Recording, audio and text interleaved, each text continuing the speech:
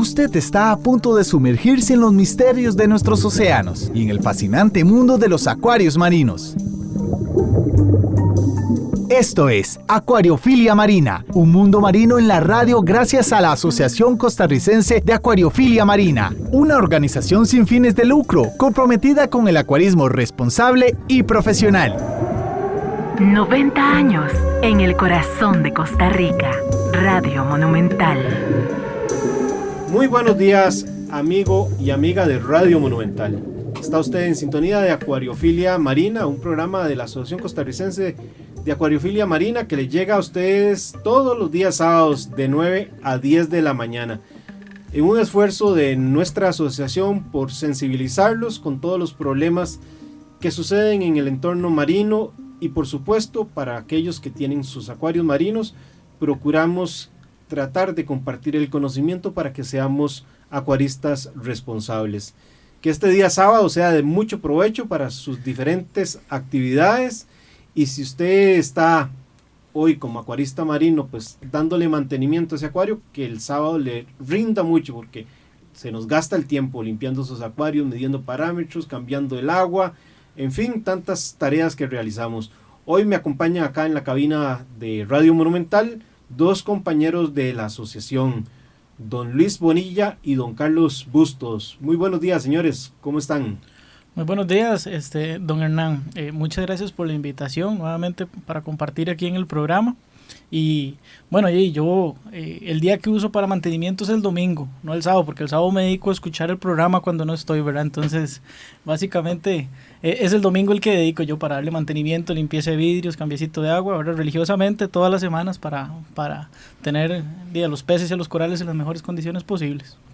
Don Carlos, muy buenos días. Don Hernán, un placer estar aquí con ustedes, acompañándolos el día de hoy. Ojalá que no se nos asuste y nos siga acompañando. Es la primera vez que don Carlos está aquí en Acuariofilia Marina. Y sí, Luis, vos decís algo que es muy importante dentro del pasatiempo de nosotros. Este es un pasatiempo donde no solo tenés que saber de química, no solo tenés que saber un poquito de cuestiones físicas, no solo también tenés que saber de cuestiones de biología, etcétera. Pero hay ciertas situaciones o comportamientos de la vida humana que no pueden fallar en un pasatiempo como esto, como es el no tener pereza. Si uno quiere que ese acuario prospere, uno tiene que ser disciplinado. Hay que estar haciendo cambios, hay que estar haciendo mediciones, y el que a veces digamos lo hago mañana significa que nos cogió tarde y perdimos algún organismo porque nos dio pereza. Por lo menos a mí me costó un poco al inicio, después de algunas pérdidas, aprender de que no, aquí o es, hay que cumplir.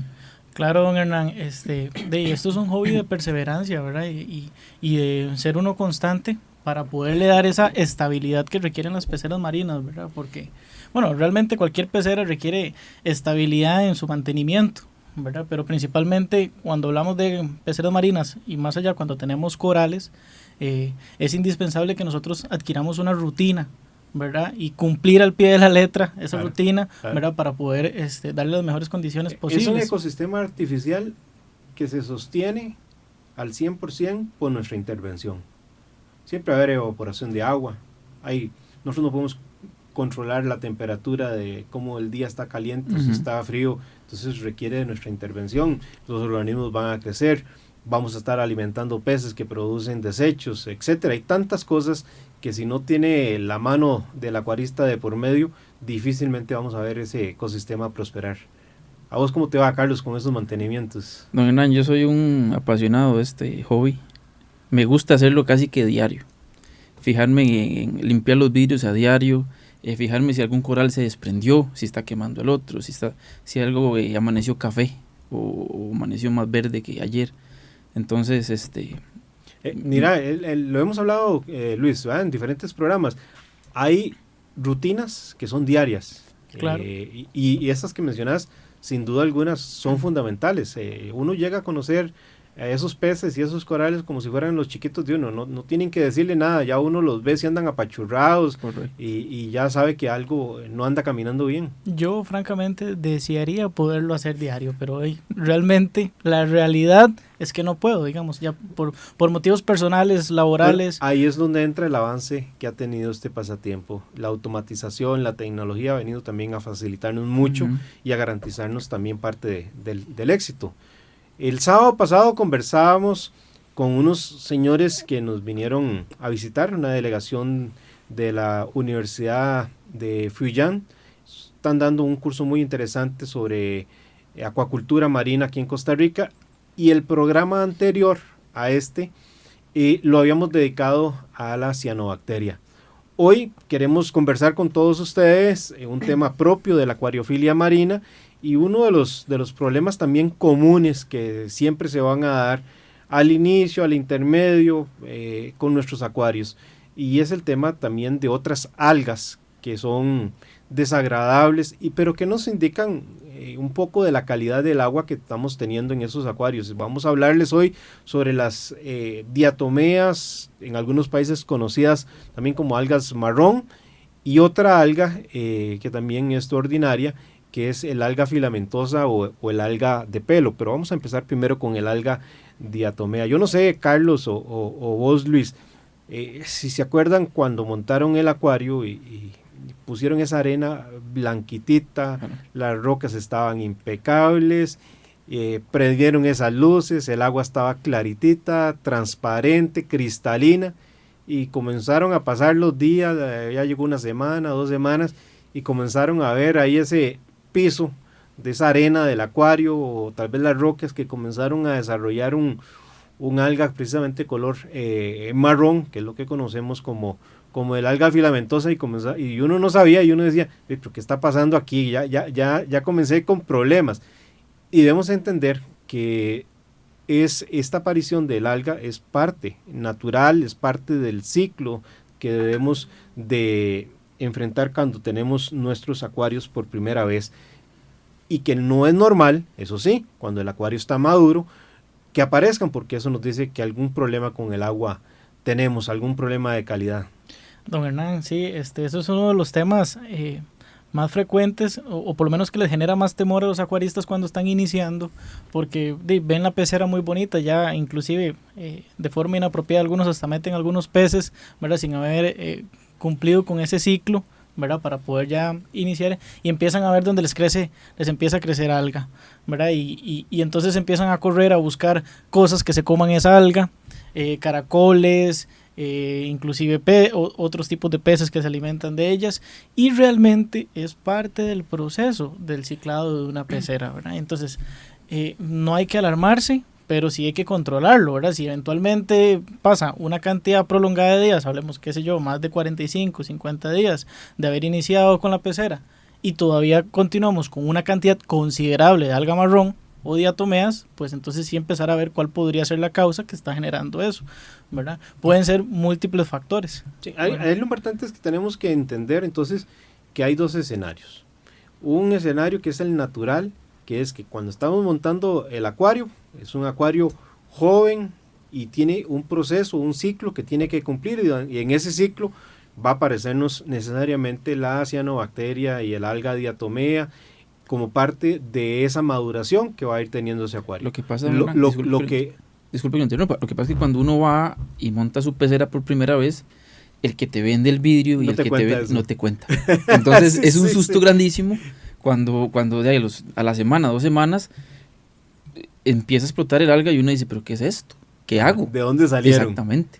Sí, y el otro escenario es cuando ya el acuario lo tenemos maduro, y es donde no deberíamos estar viéndola, y que si la vemos nos tenemos que preocupar buscando cuál es la causa, cuál es la fuente que está generándonos este problema de no tener el agua en las condiciones que pues recomendamos para tener este pasatiempo realmente como algo que lo disfrutemos y que no nos genere dolores de cabeza. Lo primero que tenemos que hablar de las algas diatomeas es que son algas unicelulares, ¿verdad? Y que es uno de los tipos de fitoplancton más común. Entonces, por tanto, es absolutamente normal que estén presentes en nuestros acuarios. Lo que no es normal con el acuario maduro, como hemos dicho, es que se hagan visibles. Que van a estar ahí, van a estar. Lo que no es lógico es, con el acuario maduro, es que se lleguen a multiplicar en tal cantidad que ya se hagan aparente o visiblemente muy fuerte. De hecho, don Hernán, en la naturaleza, las diatomeas son esenciales para la cadena alimenticia, ¿verdad? Y el efecto que causan en el mar, entre ellas, bueno, como usted lo mencionaba, parte del fitoplancton, ¿verdad? Son esenciales para todo el desarrollo de la vida marina, ¿verdad? Entonces, vamos a ver, no tenemos que buscar que nuestro acuario sea totalmente libre de diatomeas, sino que estén en un nivel controlable donde no vayan a perjudicar otras especies que tal vez nosotros tengamos, o simplemente la visión que podamos tener nosotros de la pecera, ¿verdad? Pero igual, vamos a ver, o sea, es una alga fea y es la primera alga que vemos, pero es una alga que debería quitarse pronto, apenas iniciamos con el acuario. Yo calculo que tal vez un mes después de ciclar ya debería haber muy poca. Sí, a ver, todos los acuarios, como siempre decimos, son diferentes, pero hay un proceso de maduración que es un ciclo y se tiene que cumplir, y cumplido ese ciclo no deberíamos ni tener ni cianobacteria, ni deberíamos de tener diatomea, y tampoco el alga de pelo con la cual vamos a conversar más adelante. Si la tenemos es porque algo no estamos haciéndolo bien. Y entonces tal vez con esta reflexión que nos haces, Carlos, podríamos entrar a profundizar ya el tema de las diatomeas. Estas son algas autótrofas, lo cual, ¿qué quiere decir esto? Que son mañosas, porque pueden fabricar sus propios alimentos y no necesariamente depender de la fotosíntesis. Entonces, encontramos aquí el primer elemento. Son algas que tienen una estructura de silicio. Y si son autótrofas, es decir, que pueden procesar su propio alimento, por tanto no van a ocupar necesariamente hacer un proceso de fotosíntesis para vivir, tenemos que cuidar dos extremos. Un extremo que es de iluminación, pero también un extremo es esa calidad del agua. Y hay normalmente un elemento que es el detonante en su aparición. Fosfatos. El silicato. Entonces, ellas mayormente, como si fuera levadura para el pan, requieren de silicatos. Entonces, primer paso, si vamos a hacer agua para reponer la que se ha evaporado para rellenarla o hacer el cambio de agua del acuario, o para hacer el agua del acuario por primera vez, tenemos que asegurarnos que el agua que estamos introduciendo no venga con silicatos. Aquí eso significa que el uso de los filtros de RODI o RODI, como les decimos, juegan un rol muy importante. Si usted sabe que el agua de su municipio, de su municipalidad o del servicio de AIA, pues tiene ciertas características, ya las conoce, pues podría sopesar en no tenerlo. Si no se la quiere jugar, por lo menos sería mi recomendación, es tener un filtro de RODI. Y hoy por hoy existen filtros muy eficientes que no nos desperdician tanto el agua, y la que queda de desecho la podemos utilizar para otras actividades. No, pero también he escuchado yo casos donde el acuarista se prepara, o sea, tiene una preparación previa antes de montar su acuario. Entonces dice, bueno, ocupo un RODI, ocupo un filtro de ósmosis, arena en perfectas condiciones y la piedra, pero igualmente se le hace la diatomea. Sí, porque no solo es un tema de, a ver, el principal detonante es el silicato, pero también entran en juego elementos de fosfatos, de nitratos, de flujos de agua y de iluminación. Yo leí, que hasta en las rocas pueden venir los silicatos. Sí, claro, se van disolviéndose, entonces pueden estar liberándolas. Entonces, el hecho de que, usemos agua de reverse osmosis nos va a disminuir la carga, porque acordemos de que el tema es que tiene que haber un detonante, y entonces es cuando excedemos tal vez la cantidad adecuada de silicatos presentes en el agua, o al rato apenas estamos al filo de la navaja y el detonante pueden ser el foco de fosfatos o de nitratos o de problemas de iluminación o de flujos que tengamos. Es importante aclarar que un filtro de reverse osmosis no nos va a resolver el problema. Lo que nos resuelve el problema es la etapa de deionización, que son las resinas, que sí esas son las que se van a encargar de capturar los silicatos e inclusive los fosfatos. Y si ya tiene usted un filtro de RODI, tenga también en cuenta que llegan a agotarse. Entonces no es que por haberlo comprado 4, 5, 6 años va a seguir teniendo el mismo rendimiento. El rendimiento va a ser muy relativo. Si el agua de su municipalidad o de AIA tiene más carga, pues probablemente se le va a agotar muchísimo más rápido. Si viene más limpia, pues le podría durar. Y entonces hasta los filtros de agua, de RODI, los medimos. Ustedes filtran en el agua, me imagino. Claro, don Hernán. De hecho, tal vez devolviéndome nada más un poquito lo que mencionaba mi compañero Carlos, yo lo veo así, y es mi opinión. Es casi imposible poder iniciar una pecera sin que usted vaya a tener diatomeas dentro de su pecera, ¿verdad?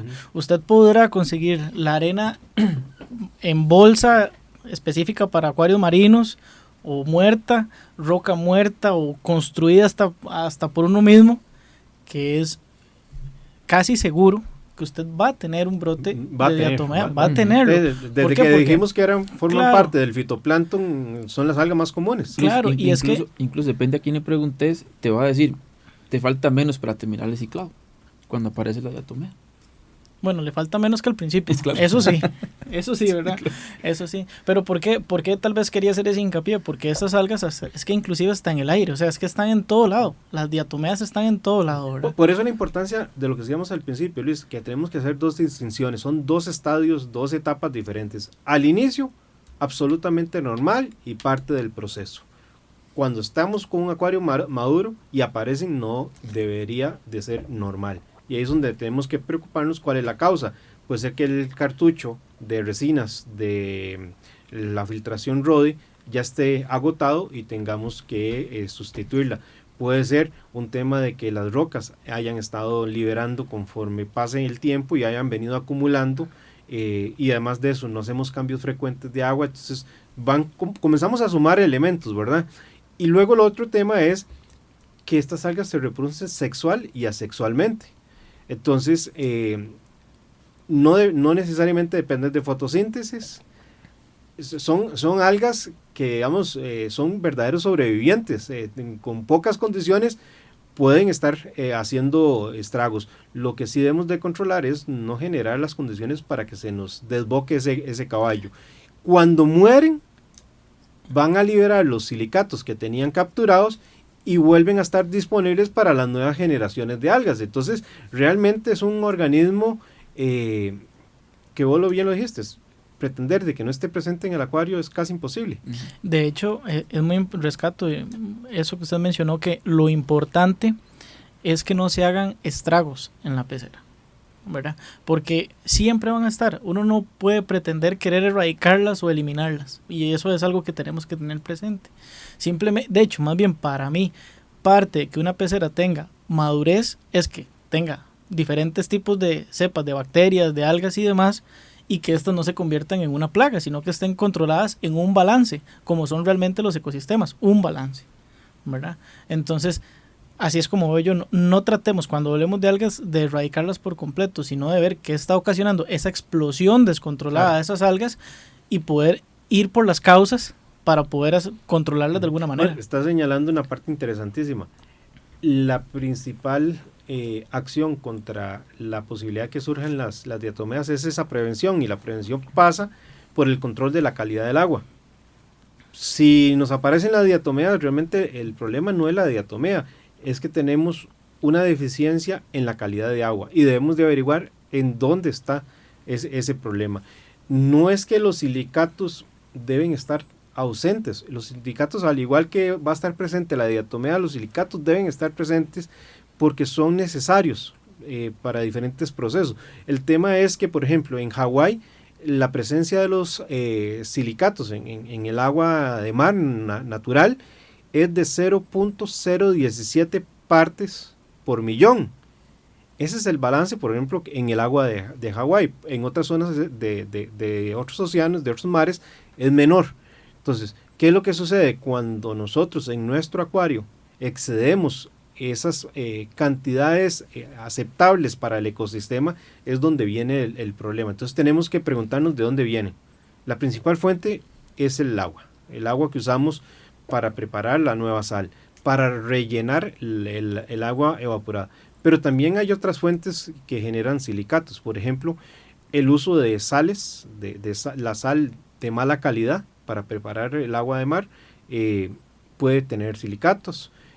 Por ejemplo, el uso del balde seca, que se utiliza también, como no son productos que son de una calidad industrial, dentro de las impurezas que tienen pueden estar presentes los silicatos, pueden estar presentes hasta en los alimentos.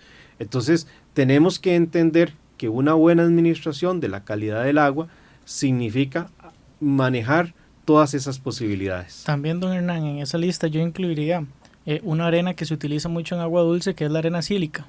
Sí. ¿Verdad? Que se utiliza mucho en agua dulce porque es blanca, es bonita, digamos, llama la atención, pero para efectos de agua marina o de agua salada nos generaría, o sea, sería una fábrica de silicatos dentro de nuestra pecera, ¿verdad? Entonces, no precisamente todo lo que pueda servir para un acuario de agua dulce serviría para agua marina. De hecho, casi que nada, ¿verdad? Son muy pocos los componentes que podemos compartir realmente, pero... En el caso, verás que de la arena de sílice, que es la que estás diciendo que no se debe recomendar, se ve muy bonita en el acuario y muy blanquita y todo, y efectivamente yo reía ese tema porque por lo menos quiero dejar el paréntesis, yo no la usaría. No obstante, hay acuaristas y lastimosamente pues ninguno de los tres aquí somos químicos como para poder refutar o no el tema, pero algunos acuaristas que son químicos dicen que no genera problema, y no genera problema porque dicen que la arena de sílice no libera silicona soluble, y al no liberar la silicona de forma soluble no está generando el alimento para la diatomea. Pero honestamente no es un tema que yo pueda tener como probado, es algo que he leído. Acuso que no soy conocedor realmente de si es realidad o no, pero en todo caso yo no la usaría. Creo que podríamos utilizar otro tipo de arenas, hasta las de fácilmente molida de lo que es lo que es el carbonato, la aragonita, perdona, y nos va a ayudar a controlar el pH muchísimo de mejor manera, la alcalinidad, el calcio, y podemos estar haciendo mejor las cosas. Entonces, vale la observación tuya, dejamos del paréntesis por cualquier opinión dividida que exista sobre eso, pero es uno de los temas que uno recomendaría. Entonces, si el acuario está maduro y tenemos este problema, debemos de mirar las causas que puedan estar. En primer orden, como dijimos, la presencia de silicato, pero también podríamos tener la aparición por otros elementos, es la presencia de nitratos y fosfatos que terminan de catapultarlo, digámoslo así, de ser el elemento detonante. Por sí solos no serían la razón, tiene que haber un componente importante de silicatos, pero tal vez el silicato todavía no llega a un límite de que hace el detonante, pero lo termina haciendo el nitrato, el fosfato, el pobre movimiento de aguas y la iluminación, de la cual ahorita nos vamos a referir. Don Hernán, yo tenía una pregunta. Mi acuario, hipotéticamente podemos decir que tiene 2 años de montado, pero si yo ingreso una piedra nueva o hago un nuevo aquascape, se me va a hacer diatomea. Sí, aunque mi agua esté bien. Mira, inclusive puedes meter material inerte como plástico, una bomba, y a la bomba se le va a hacer una película de diatomea. Por lo que hablamos ahora, ella está presente ahí. Correcto, y llega a colonizar esas superficies donde tal vez se encontró alguna riqueza que le hace la diferencia para aparecer, y luego lo que estás señalando, la roca puede perfectamente, unas en mayor medida, otras en menor medida, liberar silicatos. Pero don Hernán, a mí me parece que la diatomea es muy fácil de eliminar, o sea, es de las algas más fáciles de controlar, No sé a usted qué le parece, pero yo metiendo un par de cirujanos y algún caracol o cangrejo sali, pues sale uno del problema. Uh-huh. A ver, yo no cuestiono eso, creo que sí es una alga fácil de manejar, pero yo no creo que la solución esté en meter ese equipo de limpieza. Yo creo que uno debe irse antes, es ¿por qué me está surgiendo? Es decir, yo no puedo mantener un equipo de limpieza, por lo menos en mi pensamiento, limpiando el alga diatomea si no me he preocupado en erradicar la fuente que genera el problema. Por lo menos es lo que yo creo.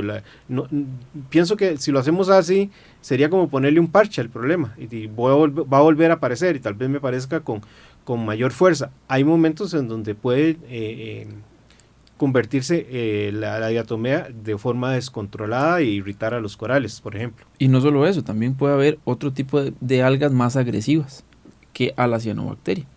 Ahí donde tal vez es más preocupante el asunto.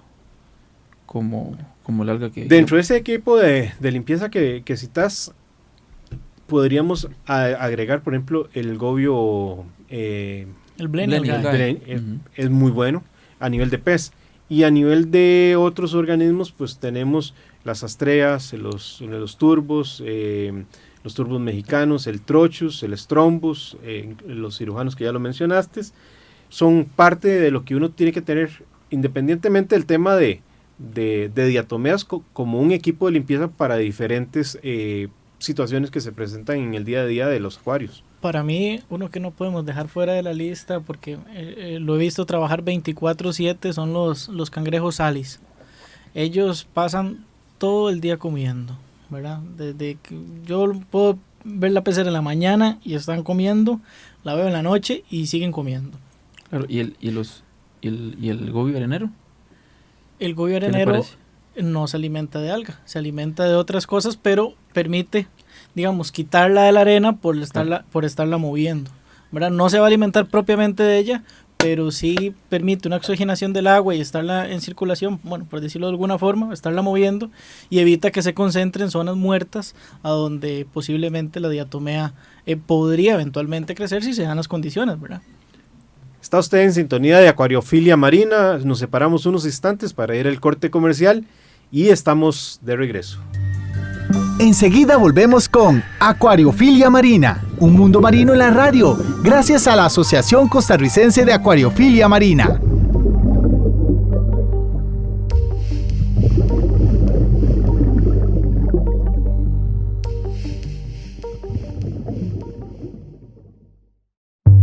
Exploremos juntos las fascinantes formas de vida que habitan nuestros mares y acuarios marinos. Acuariofilia Marina está de vuelta. Estamos de regreso con Acuariofilia Marina, hoy conversando con los compañeros de la asociación Luis Bonilla y Carlos Bustos sobre las diatomeas y el alga filamentosa, que va a ser el tema de esta segunda parte del programa. Vamos a ir cerrando el tema de las diatomeas, señores.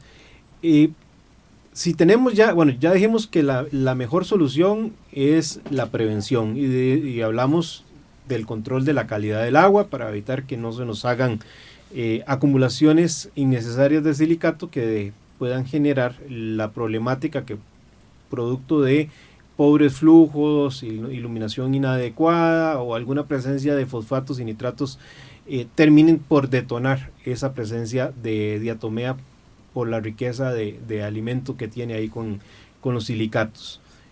Si ya nos presentamos con el problema de que llegamos a la casa, vimos el acuario, ya la arena toda cafecita, vimos la opción de control biológico, hablamos de algunos peces, de algunos invertebrados.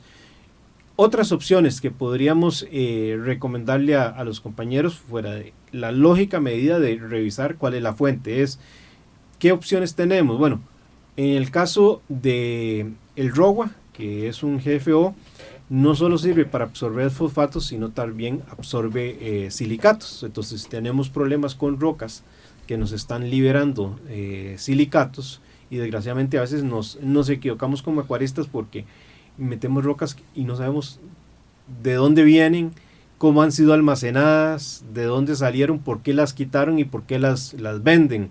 Compramos a ciegas, sin conocer historiales, y aquí también es un tema de comprarle a personas que tengan cierta reputación, porque digamos en Estados Unidos han habido situaciones donde, por ejemplo, problemas con palitoxinas se dan simplemente porque alguien almacena unas rocas y luego las vende muy baratas, las compran, las hierven, Robert en ese tema, pero que ya lo hablamos también en un capítulo de un programa de acuariofilia, y la familia se intoxica. En este caso no se nos va a intoxicar la familia por un tema de diatomeas, pero sí vamos a introducir un problema de forma innecesaria por no haber sido cuidadosos. Otra opción, por lo menos que yo podría recomendar, que es de un amplio espectro para otros problemas, es el uso de la luz ultravioleta, que va a dañar el ADN del alga de las diatomeas. No sé si por ahí en esa arsenal de acciones ustedes tengan alguna otra guardada en la billetera. De hecho, don Hernán, el único, por lo menos que se me vino a mí a la mente, que ataca directamente el alga es el filtro UV o la lámpara ultravioleta, que realmente ataca el alga. Cualquier otro producto o sustancia que podamos recomendar, lo que va a atacar son las causas que producen esa alga. Correcto. ¿Verdad? Pero también, Luis, el uso de agua oxigenada. Bueno, el ozono se utiliza, el ozono es muy similar al agua oxigenada, porque aumenta la cantidad de oxidantes que tenemos ahí. Eso es una opción sin duda alguna también, Carlos. Sí, yo estaba leyendo que el agua oxigenada lo que hace es como que altera la composición molecular. Es que el agua oxigenada, al aumentar la cantidad de oxidantes, que es lo mismo que hace el ozono, vamos a tener en el acuario reductores y oxidantes. Entonces, al aumentar la cantidad de oxidantes, que además eso es lo que hace que suba el ORP, y lo puedes hacer con vía agua oxigenada, vamos a tener la posibilidad de oxidar, digámoslo así, más el alga, y es lo que hace el agua oxigenada cuando tratas el alga filamentosa, la misma cianobacteria o la diatomea. Estás oxidándola, estás corroyéndola, digámoslo. ¿Estamos con el tema de diatomeas? Creo que sí, creo que para hacer tal vez un muy breve resumen, un breve resumen de la información que vimos. Bueno, primero, si usted está iniciando con su pecera, no se asuste, es normal, ¿verdad? Es como la primera recomendación.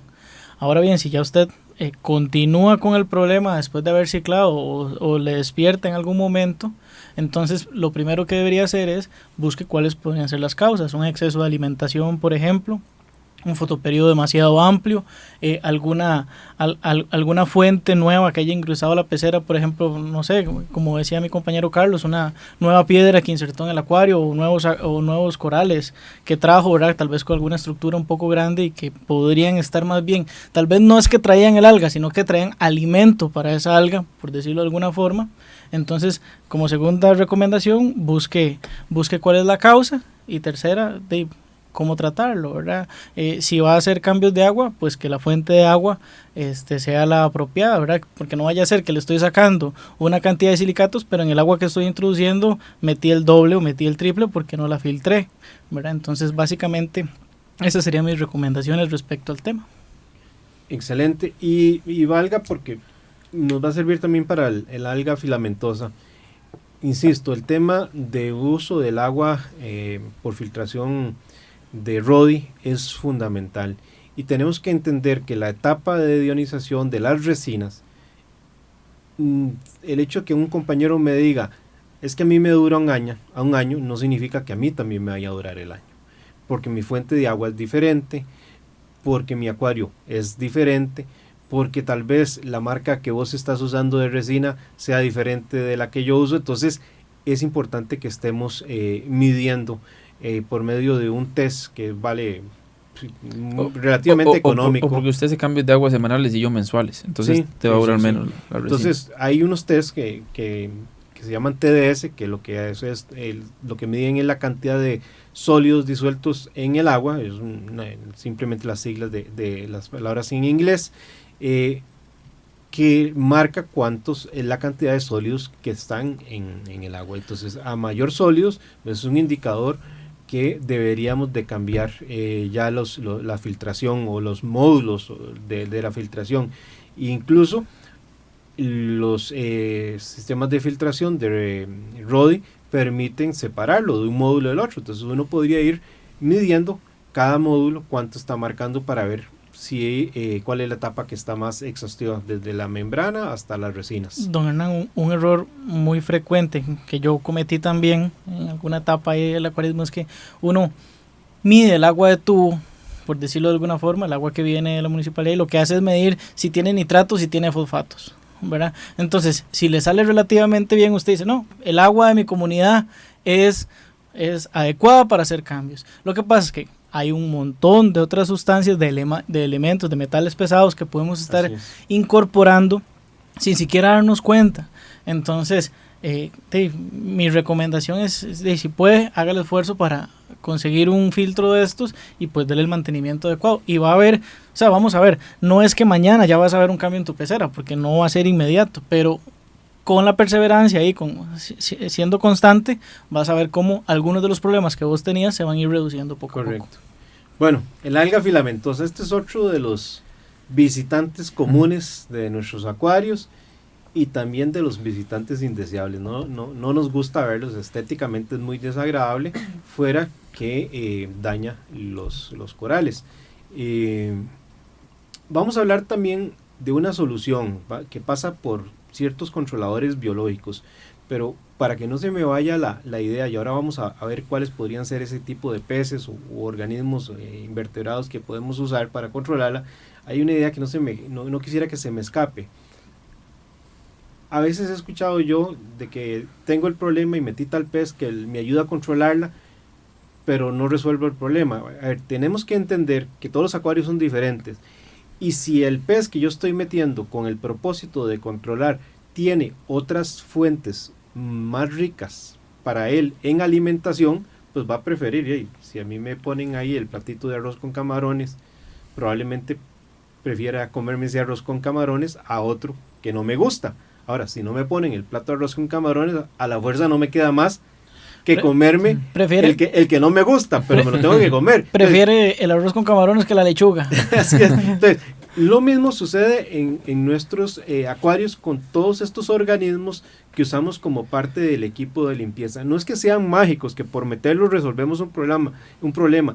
Es que si en ese acuario hay otros alimentos que prefiere ese individuo que hemos introducido, pues hasta que no se lo acabe no le va a entrar al otro problema. Y es lo que a veces nos pasa con los, por ejemplo, los cangrejos esmeralda, que pueden eventualmente controlar las balonias, y muchos los meten y dicen, pero es que yo tengo uno ahí y nunca le hace tiro a las balonias.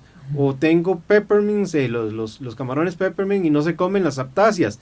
Bueno, puede ser que ese camarón, ese cangrejo, tenga otro alimento que le llene más que entrarle al otro, ¿verdad? Entonces, hago este paréntesis para que no se me vaya a olvidar cuando entremos en el tema de los controladores biológicos.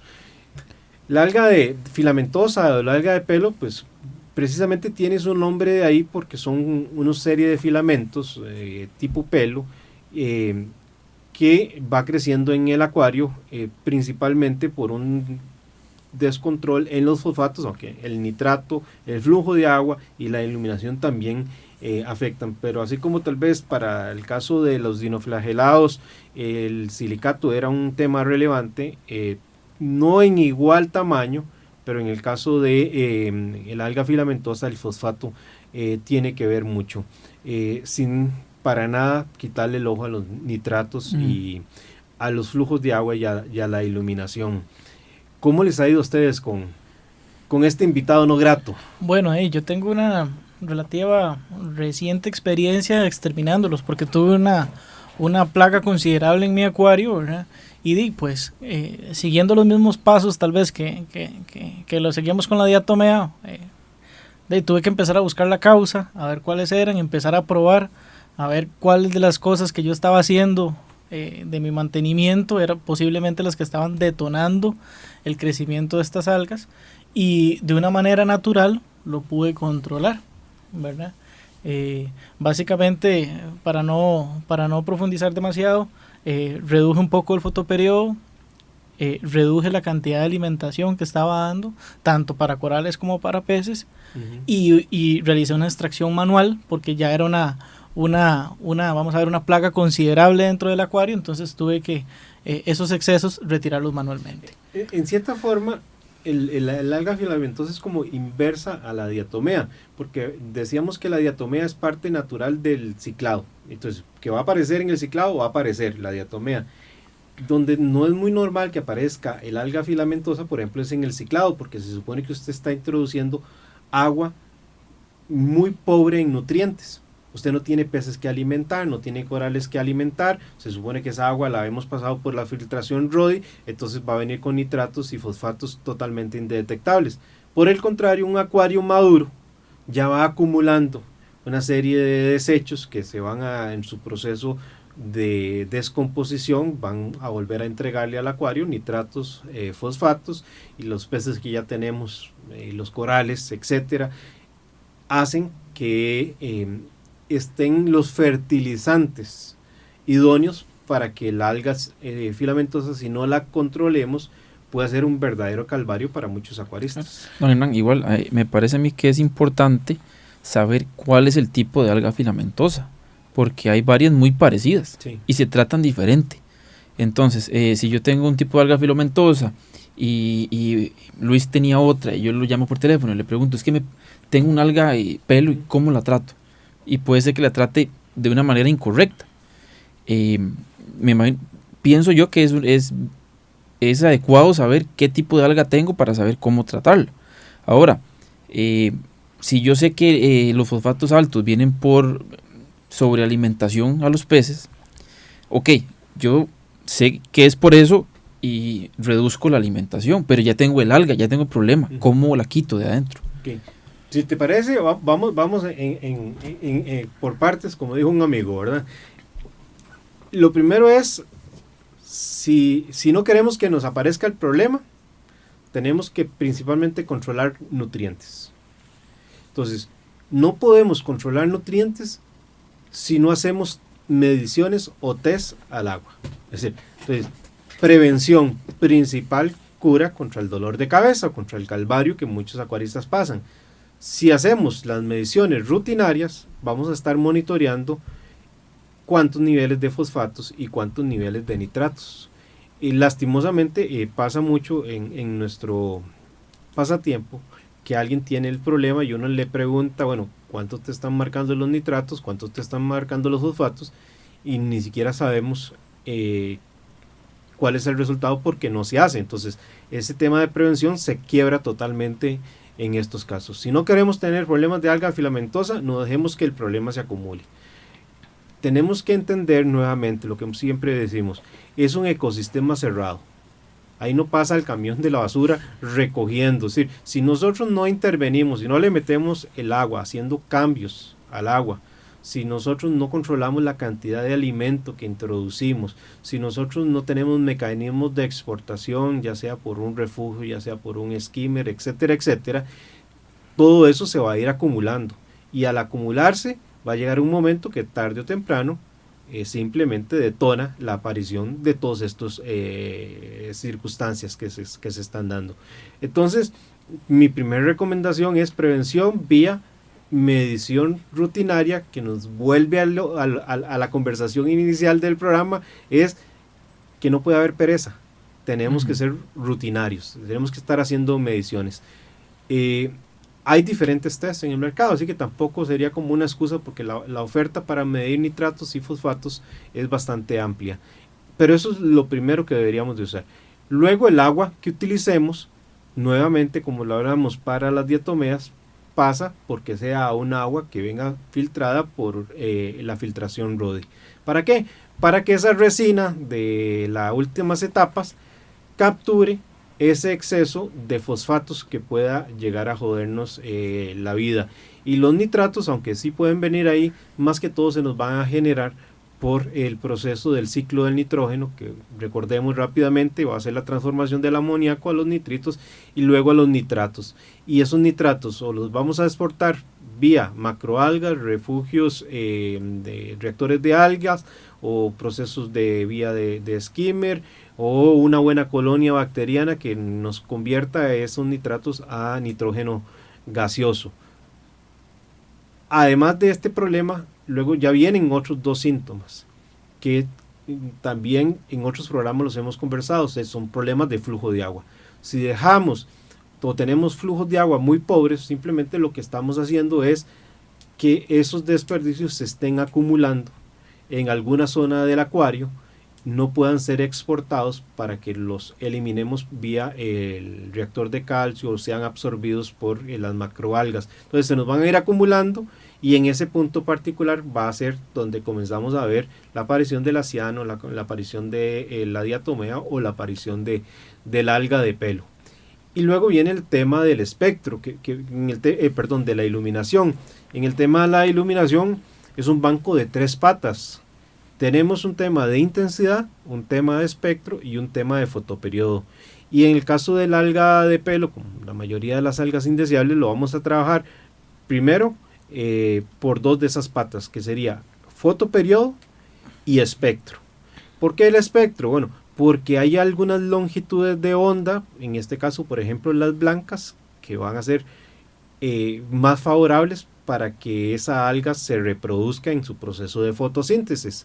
La longitud de onda de color rojo, por eso es que también en nuestros reactores de algas se usa luz roja o se usa luz blanca, ¿verdad? Y luego el fotoperiodo. Hay situaciones donde podrían encontrarse acuaristas que tienen 14, 16, 18 horas de fotoperiodo porque les gusta desde la mañana cuando salen del trabajo ver el acuario prendido y cuando llego tarde y también esté prendido, entonces comenzamos a usarnos. Y vos resolviste el tema de el alga de pelo, que según nos comentabas en esta experiencia, Luis, por un manejo estrictamente de fotoperiodo. De fotoperiodo y un poco controlando la alimentación, ¿verdad? Don Hernán, aquí yo tengo una pregunta y tal vez para que lo conversemos entre los tres. Si yo, vamos a ver, en mi pecera hay una cadena alimenticia cuando ya hay un balance. Si yo meto peces que se alimentan de la microfauna y esta microfauna se alimentaba en parte de algas, ¿verdad?, minúsculas como diatomeas y otras, ¿verdad?, otro tipo de fitoplancton. Si yo meto muchos especímenes depredadores de esa microfauna, podría eventualmente también tener un problema con algas. Sí. A ver, yo no sé si ustedes me han escuchado, pero yo siempre digo que los que estamos en este pasatiempo somos una suerte de malabaristas. Tenemos que tener muchas bolas, la bola del fosfato, la bola de los nitratos, la bola de las bacterias, etcétera, etcétera, dando vueltas en perfecto equilibrio y armonía, porque no solo trata de dar las vueltas, tiene que tener también en armonía. Y entonces cuando alguno de estas bolas se nos cae, es cuando sobrevienen este tipo de problemas. El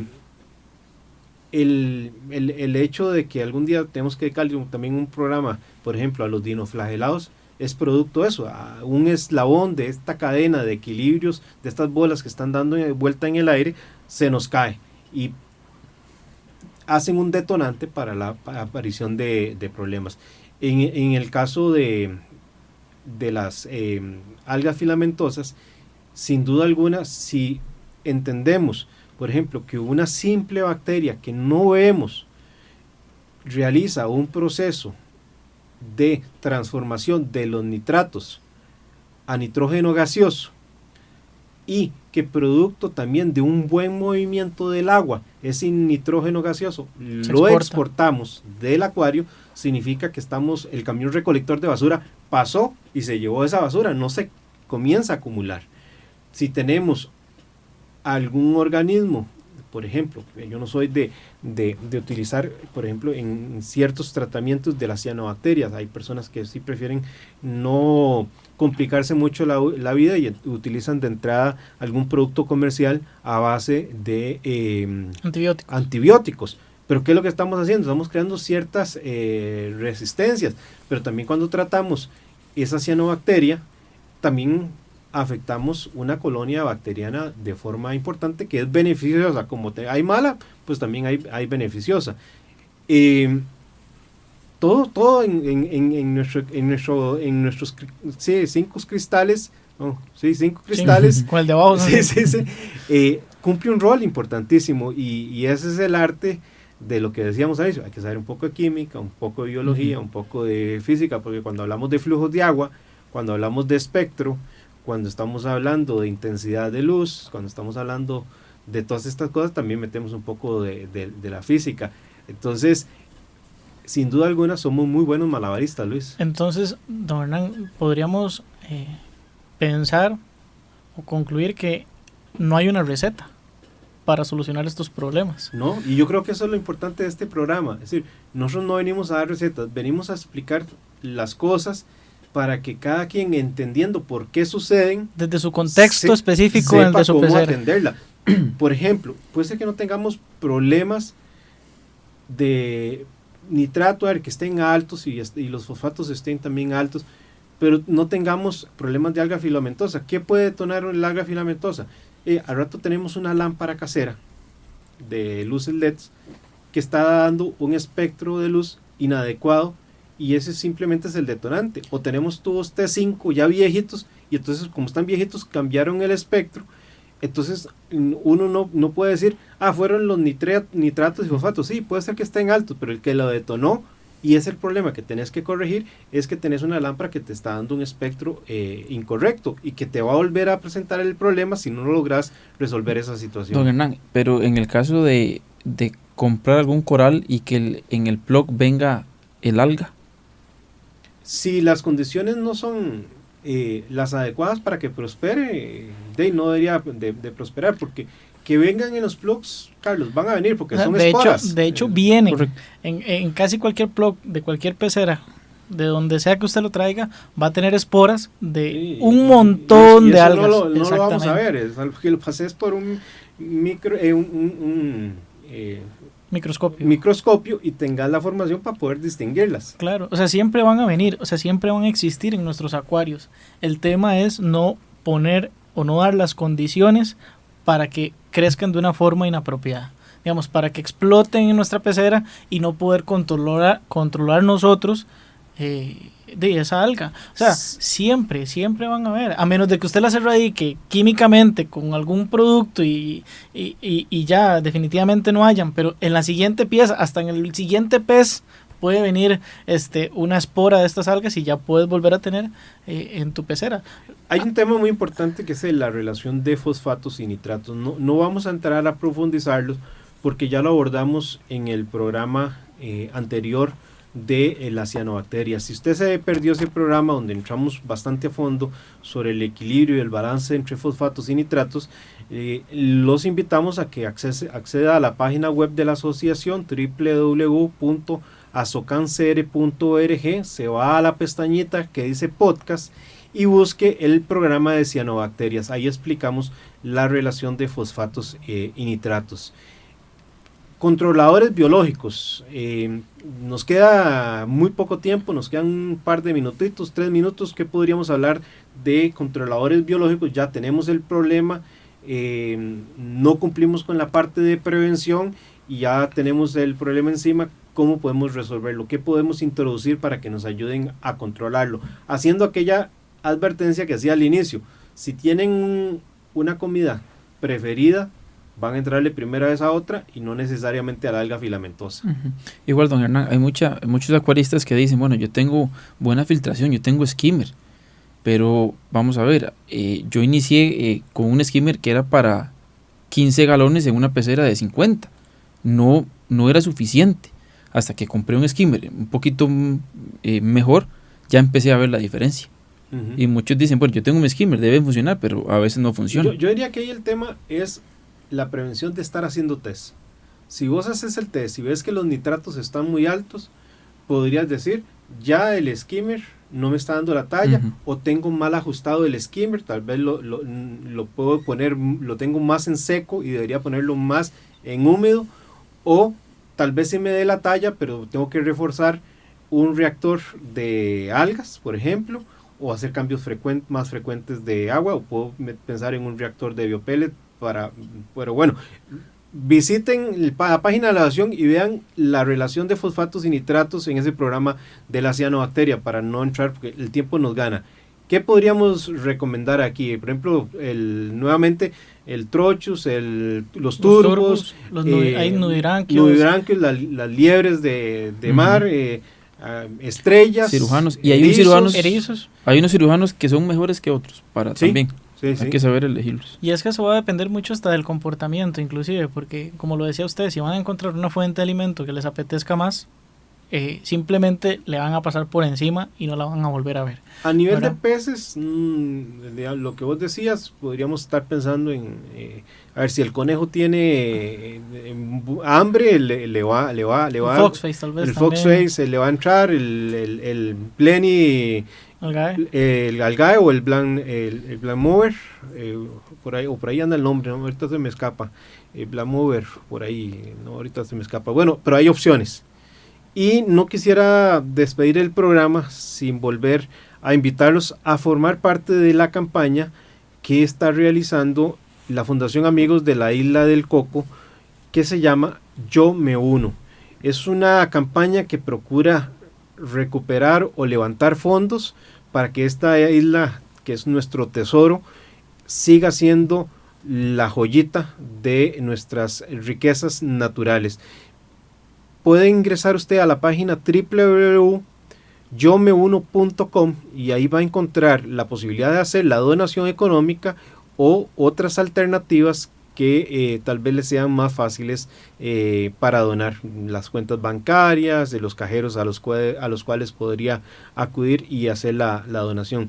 Señores, se nos fue el tiempo, nuevamente, ojalá que lo que podamos haber hablado de la diatomea y la alga filamentosa hoy haya sido de utilidad para nuestros amigos de Acuariofilia Marina. Carlos, muchas gracias, ojalá que no sea la primera ni la última vez. Muchas gracias por la invitación, don Hernán, un placer. Don Luis. Muchísimas gracias, don Hernán, y muy agradecido por la invitación.